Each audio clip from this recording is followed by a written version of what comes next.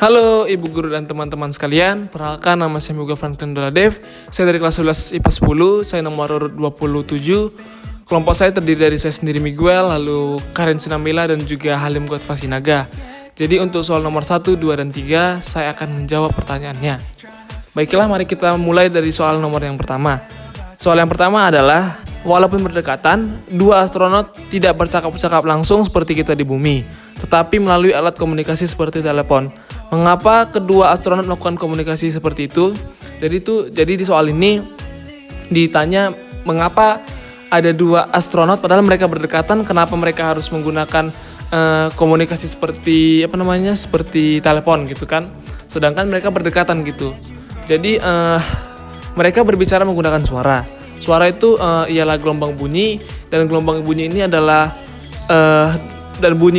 adalah gelombang mekanik longitudinal. Jadi untuk berbicara atau untuk menyampaikan sebuah gelombang itu harus ada media perantaranya. Dan media perantaranya itu ialah udara. Sedangkan yang seperti yang kita tahu dan semua orang tahu bahwa di luar angkasa itu adalah ruang hampa udara. Dan jadi dari situ kita dapat menyimpulkan bahwa mereka tidak bisa bercakapan secara langsung karena tidak adanya media perantaranya, yaitu udara. Baiklah Ibu Guru dan teman-teman, mari kita melanjutkan soal yang kedua. Jadi soal yang kedua yaitu untuk suhu yang sama, cepat rambat bunyi dalam gas manakah yang lebih besar? Karbon dioksida atau oksigen? Jadi untuk menjawab soal seperti ini, kita harus mencari tahu dulu apa yang mempengaruhi cepat rambat bunyi dalam gas. Jadi yang mempengaruhi cepat rambat bunyi yaitu suhu udara dan juga partikel penyusunnya. Sedangkan pada soal dikatakan bahwa suhunya sama. Maka kita tidak perlu lagi mencari suhunya dan kita mencari massa molekul relatif ataupun MR. Jadi yang pertama kita cari MRO2 yaitu 32, sedangkan MrCO2 yaitu 44. Jadi kita dapat menyimpulkan bahwa semakin kecil MR-nya, maka semakin cepat rambat bunyinya dalam gas. Jadi seperti yang kita lihat bahwa MR dari O2 lebih kecil, maka yang lebih cepat rambat bunyinya yaitu O2. Jadi untuk contoh sederhananya itu seperti ini. Semakin ringan masanya, maka semakin mudah kan untuk berpindah. Seperti contohnya ada sebuah barang beratnya 32 kilo dan ada yang barang 44 kilo. Yang manakah yang lebih mudah untuk dipindahkan? Pasti yang 32 kilo kan. Jadi sama seperti hal yang seperti ini, semakin ringan MR-nya, maka semakin cepat rambat bunyi dalam gasnya. Maka kesimpulannya yaitu O2. Jawabannya adalah O2. Terima kasih. Baiklah Ibu Guru dan teman-teman, mari kita melanjutkan ke nomor yang terakhir yaitu nomor 3. Soalnya adalah, jika tinggi nada dinaikkan, bagaimanakah perubahan A frekuensi, B panjang gelombang, C cepat rambat gelombang, dan D amplitudo gelombang. Jadi yang pertama yaitu frekuensi. Frekuensi berbanding lurus dengan tinggi nada.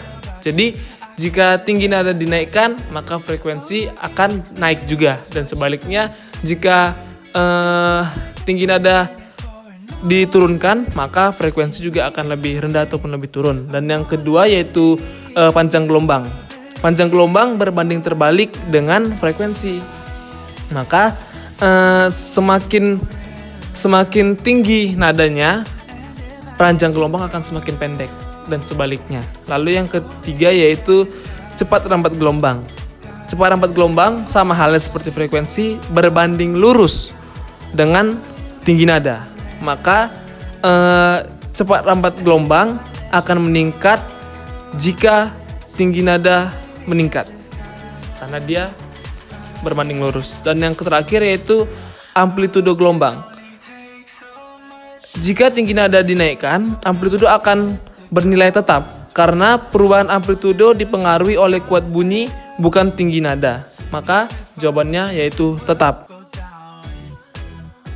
Lalu yang terakhir adalah bagaimana pengaruh terhadap frekuensi, panjang gelombang, cepat rambat gelombang, dan juga amplitudo gelombang. Maka jawabannya adalah tetap. Frekuensi, panjang gelombang, dan cepat rambat gelombang akan tetap. Sedangkan amplitudo gelombang tidak. Hal itu dikarenakan kuat atau lemahnya bunyi ditentukan oleh amplitudo. Maka jika kuat bunyinya dinaikkan, maka amplitudo gelombangnya akan semakin besar. Dan sebaliknya, jika semakin kecil amplitudonya, maka semakin lemahlah bunyinya. Demikianlah yang bisa saya sampaikan mengenai soal nomor 1-3. Terima kasih. Halo semua, perkenalkan nama saya Karna Afrilda Meria dari kelas 11 IPA 10. Di sini saya akan menjelaskan tentang tugas proyek, yaitu mulai dari nomor 8 sampai dengan 10. Selamat menyaksikan. Baiklah, di sini saya akan melakukan pembahasan mengenai nomor 8 dengan soal bagaimana cara menggandakan cepat rambat gelombang transversal.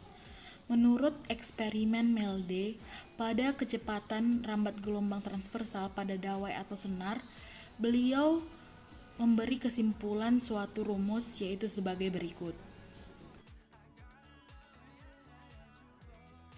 Nah, dari rumus yang telah saya tampilkan sebelumnya, dapat terlihat bahwa cepat rambat gelombang itu berbanding lurus dengan akar gaya tegangan tali, namun berbanding terbalik dengan akar massa jenis linear tali. Sehingga untuk menggandakan cepat rambat gelombang dapat dilakukan hal berikut ini. Yang pertama adalah beri gaya tegangan 4 kali semula atau 4F. Yang kedua adalah gunakan tali dengan massa jenis linear yang lebih kecil atau 1/4 kali semula atau 1/4 mu. Dengan hal tersebut kita dapat menggandakan cepat rambat gelombang transversal. Baiklah, di sini saya akan melakukan pembahasan terhadap nomor 9, di mana dengan soal bagaimana cara menghasilkan frekuensi nada dasar yang lebih rendah pada gitar. Seperti yang kita ketahui bahwa gitar merupakan alat musik yang menggunakan senar untuk menghasilkan nada-nadanya. Tinggi dan rendahnya suatu nada ternyata tergantung terhadap besar kecilnya frekuensi, sedangkan kuatnya suatu nada tergantung amplitudonya. Nah, kita ketahui bahwa frekuensi nada dasar mempunyai 2 simpul dan 1 perut, di mana simpul merupakan titik-titik saat amplitudonya 0 dan perut adalah titik-titik saat amplitudonya maksimum. Nah, dari pernyataan tersebut kita ketahui bahwa jika ingin memperendah nada dari gitar, maka kita harus memperendah amplitudonya juga dengan cara memetik senar gitar secara perlahan untuk menghasilkan nada yang lebih rendah lagi.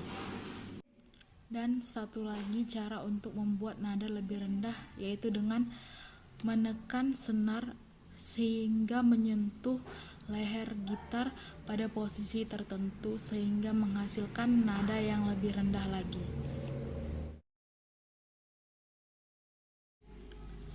Baiklah, di sini saya akan melakukan pembahasan terhadap nomor 10 dengan soal mengapa jika Anda memetik senar gitar yang bawah suaranya lebih nyaring daripada ketika Anda memetik senar yang atas. Untuk lebih memahami, mari kita saksikan video berikut ini.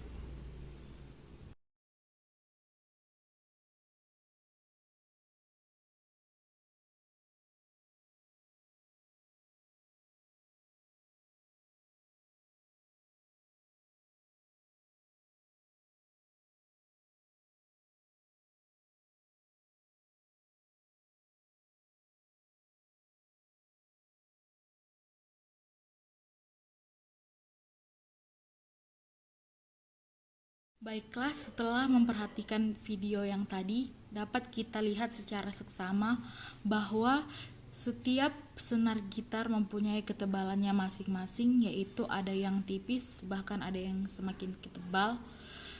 Nah, dapat dilihat bahwa senar yang di bawah itu mempunyai senar yang tipis, sedangkan senar yang di atas mempunyai senar yang tebal. Hal inilah yang menjadikan mengapa terjadinya perubahan suara antara senar yang di bawah dengan senar yang di atas, di mana senar yang di bawah mempunyai senar yang tipis sehingga ketika dipetik akan menghasilkan suara yang nyaring, sedangkan senar yang di atas apabila dipetik akan menghasilkan suara yang lebih ngebas. Hal ini dipengaruhi oleh ketebalan atau luas permukaannya, di mana luas permukaan pada senar yang di bawah kan tipis, jadi saat dipetik dia akan menghasilkan suara yang lebih nyaring, sedangkan luas permukaan yang besar atau senar yang paling atas akan menghasilkan suara yang bass karena luas permukaannya lebih besar. Nah, dari pernyataan tadi dapat disangkut pautkan dengan percobaan yang dilakukan Melde, yaitu mengenai kecepatan rambat gelombang, di mana dengan rumus V sama dengan akar dari F per mu, di mana mu ini dapat dicari dengan M per L, di mana M adalah massa dari senar dan L merupakan panjang dari senar. Mengapa saya katakan demikian? Karena ternyata panjang dan ketebalan senar dapat mempengaruhi cepat rambat gelombang sehingga dapat menghasilkan sebuah bunyi. Demikianlah pembahasan soal dari nomor 8 sampai 10. Semoga bermanfaat. Apabila ada kesalahan kata mohon dimaafkan. Terima kasih. Perkenalkan, nama saya Lego Sinaga. Saya berasal dari 11 IPA 10 SMA Santo Thomas 1 Medan. Di sini saya akan menjelaskan halaman 447 di bagian diskusi dari nomor 4 sampai 7. Saya akan menjawab nomor 4 halaman 447. Mengapa gelombang bunyi tidak mengalami polarisasi? Yang kita tahu, polarisasi itu berlaku untuk gelombang transversal. Dalam gelombang transversal, arah rambat atau osilasi tegak lurus terhadap arah gerak gelombang. Contoh sederhana gelombang transversal yang terpolarisasi adalah getaran senar gitar. Nah, dalam alat musik seperti senar gitar, itu bergantung bagaimana caranya senar itu dipetik. Getarannya bisa dalam arah vertikal, horizontal, dan dalam sudut manapun. Sedangkan sebaliknya, dengan gelombang bunyi itu adalah gelombang termasuk gelombang longitudinal. Gelombang longitudinal itu adalah perpindahan partikel dalam osilasi selalu dalam arah propagasi, sehingga gelombang ini tidak menunjukkan polarisasi. Maksud yang saya katakan adalah jika polarisasi itu bisa merambat di segala arah gelombangnya, sedangkan gelombang bunyi itu hanya bisa merambat pada satu arah, seperti cahaya senter yang merambat ke segala arah gelombang cahayanya, akan tetapi gelombang bunyi itu berbeda karena dia merambat pada satu arah. Saya akan menjawab nomor 5 halaman 447. Ketika Anda berbincang-bincang di lantai 2 pada siang hari, suara Anda tidak terdengar jika tidak terdengar jelas di lantai 1. Akan tetapi, mengapa suara Anda di lantai 2 menjadi lebih jelas terdengar di lantai 1 pada malam hari? Yang pertama-tama itu faktor pertamanya adalah suasana. Suasana pada siang hari itu dia lebih berisik dan akan mengakibatkan gelombang bunyi lebih banyak. Gelombang bunyinya akan merambat ke telinga kita secara bersamaan, sehingga telinga kita akan menangkap gelombang bunyi yang terdekat dan bisa terdengar jelas dan mengabaikan gelombang bunyi yang jauh. Sedangkan suasana pada malam hari itu biasanya itu keadaannya sepi. Jadi biasanya keadaannya sepi dan telinga kita akan menangkap bukan hanya yang dekat saja, melainkan yang jauh saja, karena gelombang bunyi pada malam hari itu lebih sepi karena orang semua beristirahat dan aktivitasnya dihentikan pada malam hari ataupun mereka sedang beristirahat. Jadi itu adalah faktor pertama adalah suasana. Yang kedua adalah pembiasan gelombang suara. Seperti yang kita tahu, jika jika gelombang suara merambat dari udara yang panas ke udara yang lebih dingin, dari udara yang dingin ke udara yang lebih panas, maka gelombang suaranya akan dibiaskan. Dan jika gelombang bunyi merambat ke gelombang udara yang panas, itu akan lebih cepat. Sedangkan jika gelombang bunyi merambat ke arah lebih ke udara yang lebih dingin, akan membuat gelombang suara menjadi lebih lambat. Seperti yang kita ketahui, suhu udara pada siang hari di atmosfer itu biasanya lebih panas dibandingkan suhu udara yang berada di permukaan bumi. Sehingga pembiasan gelombang suara akan menuju ke atas dan arahnya akan semakin jauh dari telinga. Sedangkan pada malam hari, suhu atmosfer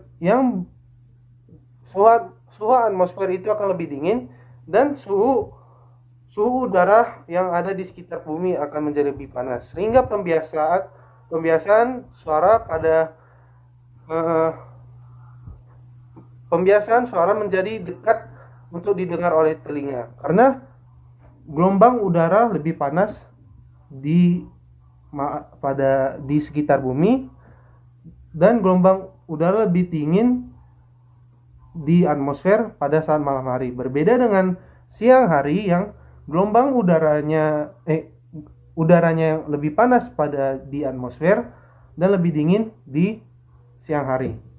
Jadi itu adalah jawaban dari nomor 5. Selanjutnya saya akan menjawab nomor 6, halaman 447. Mengapa ketika Anda berjalan sejajar dengan garis hubung dua pengeras suara, Anda kadang-kadang mendengar bunyi kuat dan bunyi lemah? Di sini kita mengetahui bahwa sifat ini termasuk sifat bunyi. Sifat bunyi itu salah satunya adalah dapat dipadukan atau interferensi.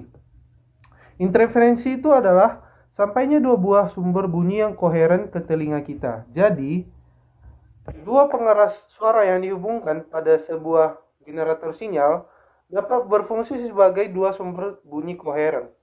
Ketika seseorang berjalan sejajar dengan meja pada jarak kira-kira 3 meter, pada posisi tertentu orang tersebut dapat mendengarkan bunyi yang paling lemah. Sedangkan pada posisi lain justru bunyi yang paling kuat. Peristiwa ini dinamakan dengan interferensi bunyi. Jadi, mengapa ketika Anda berjalan dengan garis hubung dua pengeras suara, Anda kadang-kadang mendengar bunyi kuat dan bunyi lemah? Itu karena terjadinya sifat bunyi, yaitu interferensi atau dapat dipadukan. Di sini saya akan menjawab nomor 7, halaman 447. Anda sedang mengendarai motor menuju sebuah batu karang dan Anda membunyikan klakson. Apakah ada suatu efek Doppler dari bunyi ketika Anda mendengar gema atau pantulan bunyi? Jelaskan. Yang pertama-tama itu kita harus mengetahui apa itu efek Doppler.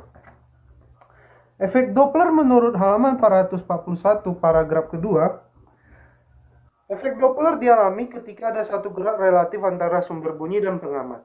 Ketika sumber bunyi dan pengamat bergerak saling dekat, pengamat mendengar frekuensi bunyi yang lebih tinggi daripada frekuensi bunyi yang dilancarkan sumber tanpa adanya gerak relatif.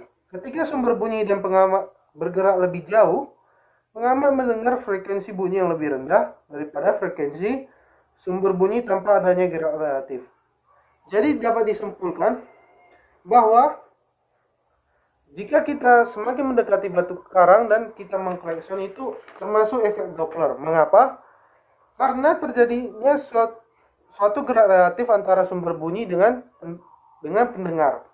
Ketika pengendara motor yang termasuk pendengar mendekati sumber bunyi, yaitu batu karang yang menghasilkan gema, dan dia sedang mengklakson, akan terjadinya pantulan suara dan semakin lama semakin dekat dengan batu karangnya akan semakin mengeras. Tapi jika pengendara motor menghidupkan klakson dan jauh dari batu karangnya, maka suara klakson atau suara gemaan dari klakson motor tersebut tidak akan terdengar atau jauh terdengar oleh pengendara tersebut. Dan juga katanya frekuensi yang diterima pengamat tidak sama dengan frekuensi yang dipancarkan oleh sumber. Maka dari itu semakin jauh kita mendengar suara sumber bunyi, maka kita tidak akan mendengarnya. Tetapi semakin dekat kita dengan sumber bunyi, maka kita akan mendengarnya. Terima kasih.